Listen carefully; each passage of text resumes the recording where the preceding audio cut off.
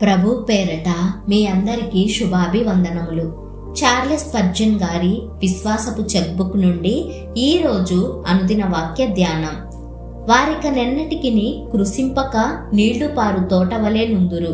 ఇర్మియా గ్రంథము 31వ అధ్యాయము 12వ వచనము.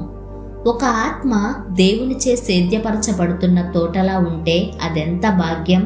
అప్పుడది అడవిలా ఉండదు గాని యెహోవా తోటలా ఉంటుంది.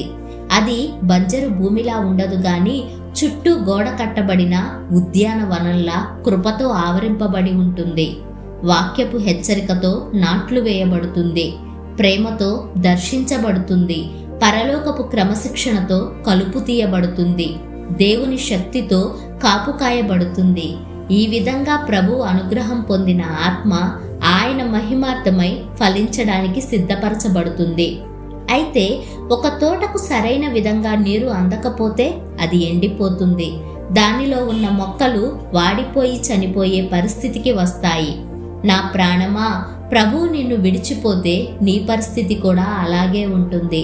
చాలా త్వరగా ఎండిపోతావు. తూర్పు దేశాల్లో తోటలకు నీరు లేని పక్షంలో అక్కడ తోట అనేది ఇక ఉండనే ఉండదు. ఏది పరిపక్వానికి రాదు, పెరగదు, అసలు బ్రతకదు కూడా.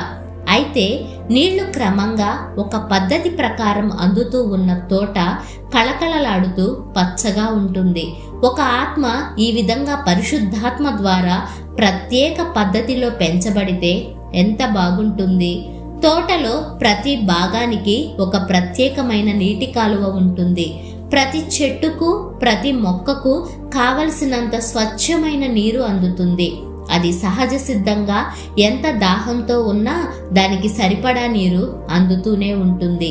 గంట గంటకు దానికి కావలసిన సూర్యరశ్మి అందుతూ ఉంటే ఆ తోట అంతా తాజాగా ఉంటుంది. అవసరమైన సమస్తం అందుబాటులో ఉంచబడుతూ తోటలో ఉన్న ప్రతి మొక్క, ప్రతి చెట్టు జ్ఞానవంతంగా పెంచబడుతూ ఉంటుంది. ఒక తోటలో మొక్కలు, చెట్లు పచ్చగా ఉంటే అక్కడ సమృద్ధిగా నీరు అందుతుందని నువ్వెలా గ్రహిస్తావో, అలాగే ఒక జీవితంలో పరిశుద్ధత, ప్రేమ, శక్తి ఉన్నప్పుడు అక్కడ పరిశుద్ధాత్మ అభిషేకం ప్రవహిస్తుందని గ్రహిస్తావు. ప్రభువా, ఈరోజు నాకు పరిశుద్ధాత్మ నీళ్లు అనుగ్రహించు. యేసు కొరకు బహుగా ఫలించి బహుమానం పొందేలా సహాయం చెయ్యి. ఆమేన్.